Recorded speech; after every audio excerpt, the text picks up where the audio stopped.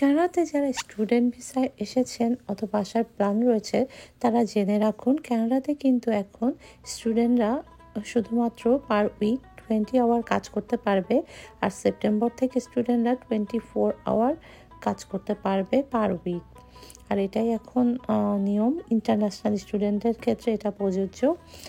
আর কিছুদিন আগে তো নিয়ম চেঞ্জ হয়েছে, ক্যাপ লাগিয়ে দিয়েছে যারা এখানে আন্ডারগ্রেড অথবা ডিপ্লোমা করতে আসবেন তাদের স্পাউসরা শুধুমাত্র আগে যেখানে ওপেন ওয়ার্ক পারমিট পেত, এখন তারা আর ওপেন ওয়ার্ক পারমিট পাবেন না।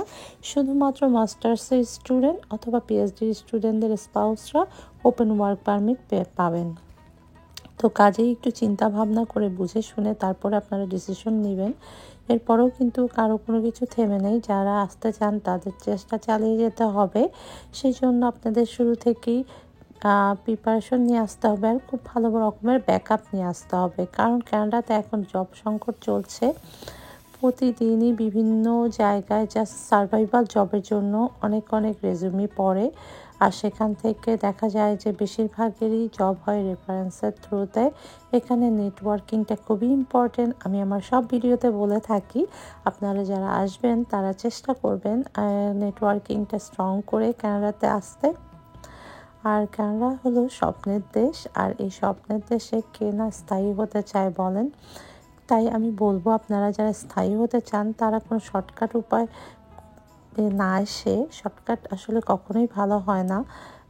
অনেকেই দেখা গেছে যে অ্যাসাইলাম যারা ক্লেম করেছেন বা অ্যাসাইলাম করার প্রিপারেশন রয়েছেন তাদের বেশিরভাগেরই কিন্তু দেশে রিটার্ন চলে যেতে হবে, কারণ এখানকার সরকার এখন মোটামুটি অনেক স্ট্রং ডিসিশন দিয়ে দিচ্ছেন সব কিছু স্ট্রংলি, আর আগের থেকে সব কিছুই কঠিন হয়ে যাচ্ছে। তাই আমি আপনাদেরকে সাজেশন দিব, বুঝে শুনে, তার কারো প্ররোচনায় না পড়ে বুঝে শুনে ডিসিশনগুলো নেবেন আপনারা। আর কানাডাতে আসলে খুব স্ট্রং ব্যাকআপ নিয়ে আসতে হবে, কারণ এখানে জব সংকট চলছে। তো আপনারা যখন কানাডাতে আসবেন একটু বুঝে শুনে চিন্তা ভাবনা করে তারপর আসবেন।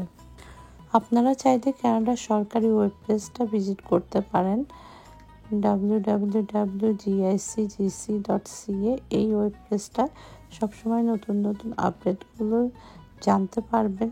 আর এখানে কিভাবে অ্যাপ্লাই করবেন সব নিয়মকানুন এটা পড়লে আপনারা জানতে পারবেন।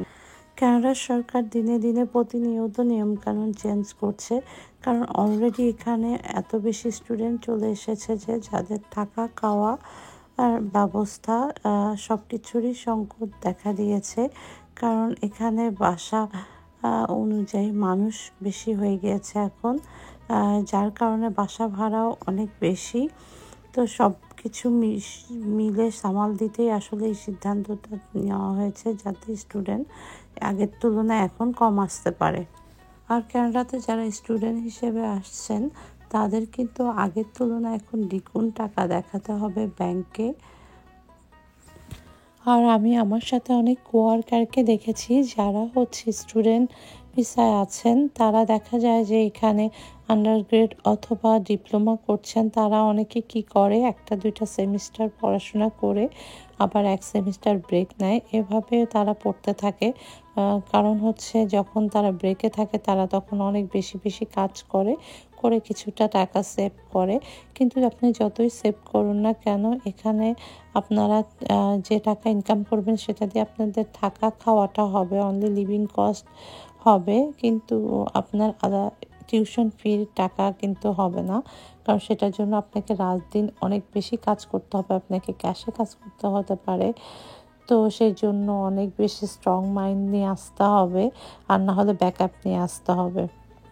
আমার আজকের ব্লগটা এ পর্যন্তই। সবাই ভালো থাকবেন, সুস্থ থাকবেন, শেরান্স কানাডা ডেজের সাথেই থাকবেন। যারা এখন পর্যন্ত আমার এই ইউটিউব চ্যানেলটা সাবস্ক্রাইব করেনি, প্লিজ সাবস্ক্রাইব করে ফেলুন চটজলদি। দেখা হবে পরবর্তী ভিডিওতে। আল্লাহ হাফেজ।